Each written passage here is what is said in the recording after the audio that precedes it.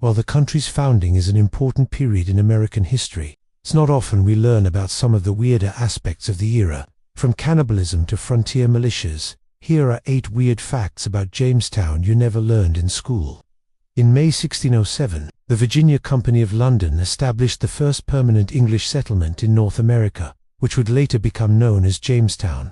The company was a joint stock trading company, whose main purpose was to acquire wealth for its investors by any means necessary. The settlement's early years were marked by hardship, including starvation, disease, and conflict with Native Americans.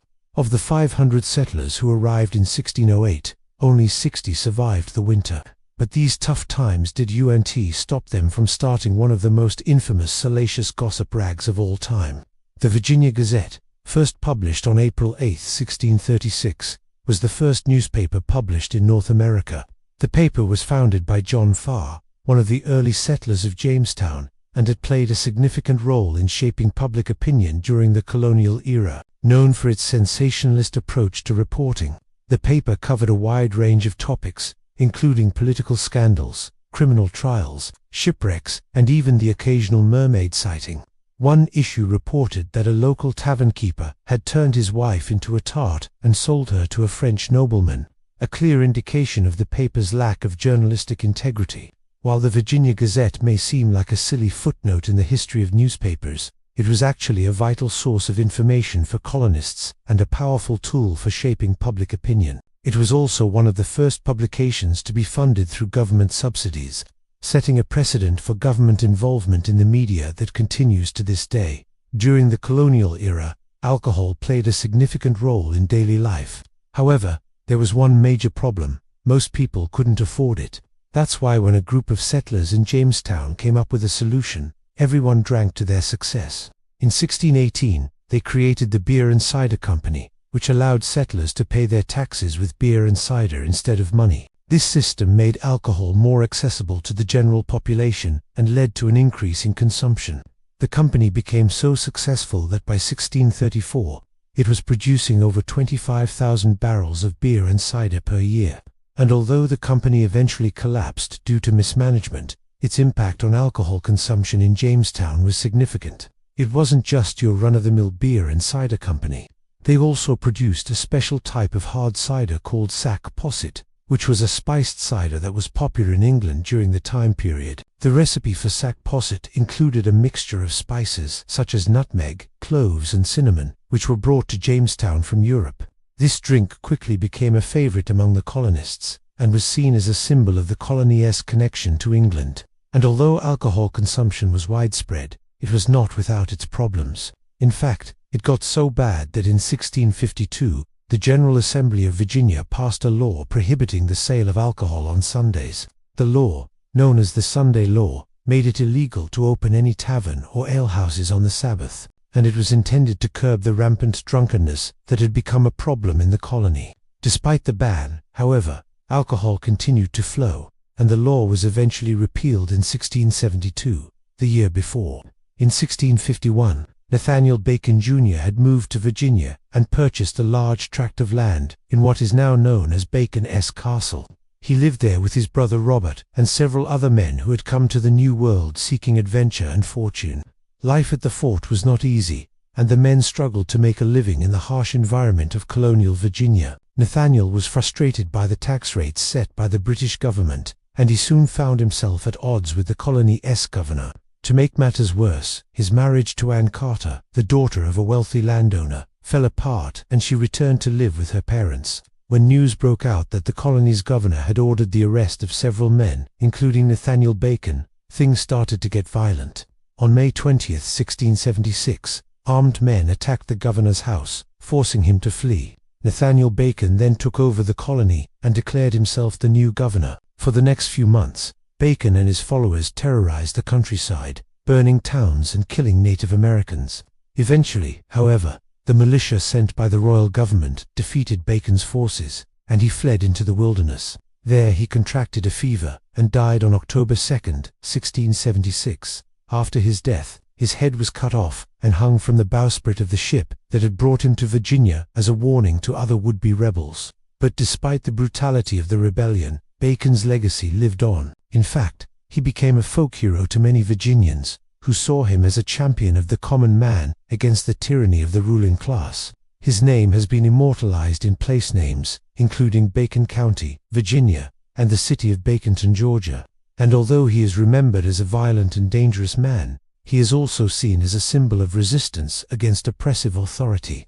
In 1619, an event occurred that would have a profound impact on the future of America: the arrival of the first African slaves in Virginia. Although slavery had existed in the British colonies for several years, the arrival of these slaves marked the beginning of a new and terrible chapter in American history.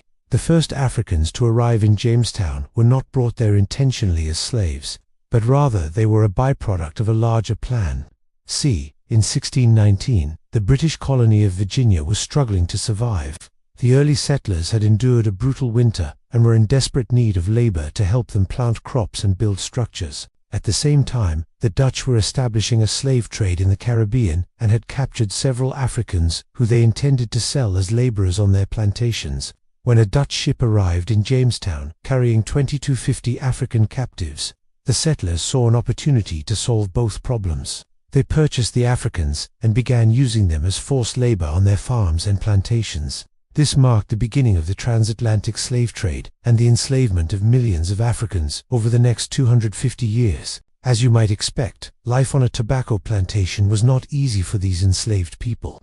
They worked long hours in brutal conditions and were denied basic rights and freedoms. Over time, however, they developed a unique culture that blended elements of African and European traditions. Despite the horrors of slavery, these enslaved people maintained their dignity and humanity, and their descendants would go on to make significant contributions to American society. You don't have to look far in Jamestown to find evidence of the dark past of slavery in America. In fact, there is a whole area dedicated to telling the stories of those who suffered and resisted during this time. The story of the Africans who arrived in Jamestown in 1619 is a reminder of the painful legacy of slavery in America. But it's also a testament to the strength and resilience of the human spirit.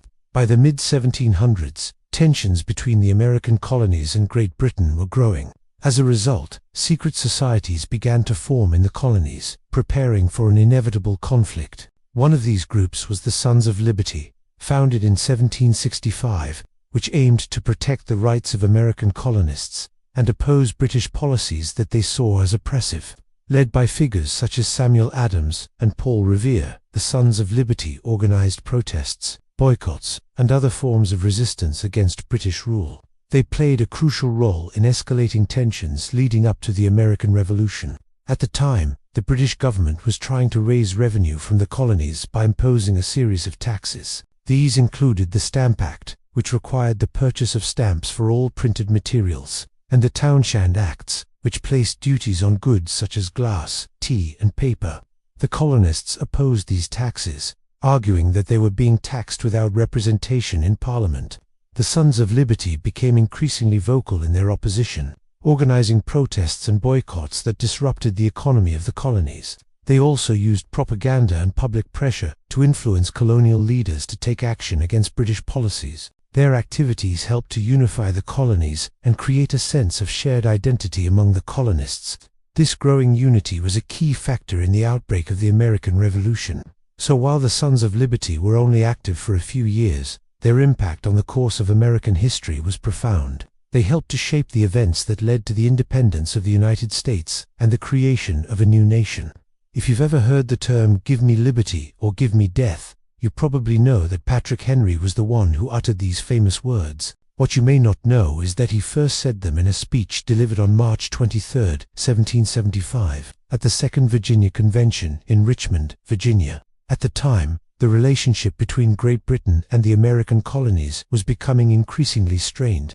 Tensions had been building for years over issues such as taxation without representation and the growing sense of American identity. Henry's speech was part of a larger movement toward independence. In his address, Henry argued that the colonists could no longer remain loyal to the Crown and called for action against British rule. He passionately denounced the oppressive policies of the British government and asserted the right of the colonists to self-government. Henry's words were a call to arms, a rallying cry for the colonists to fight for their freedom and independence. The speech was one of the most important events leading up to the American Revolution and helped to galvanize support for the cause of independence. So what makes Henry's speech so remarkable? For one, it was a powerful and persuasive argument for independence. Henry's use of language was masterful, and his rhetoric was designed to stir the emotions of his audience. He appealed to their sense of justice, their pride in their identity, and their desire for freedom from oppression. Secondly, it was a bold and courageous statement. Henry was speaking out against the most powerful empire in the world, and he did so with unwavering conviction. His willingness to speak truth to power was an inspiration to the colonists, and helped to solidify his reputation as a martyr for the cause of independence. Finally, it was a defining moment in American history. Henry's speech helped to turn the tide of public opinion toward independence and set in motion the events that led to the American Revolution. His words continue to resonate today and serve as a reminder of the power of speech and the importance of fighting for freedom. Alright, now it's time for you to tell us something in the comments. What was the weirdest fact about Jamestown you learned in this video? And don't forget to subscribe so you never miss another video from us.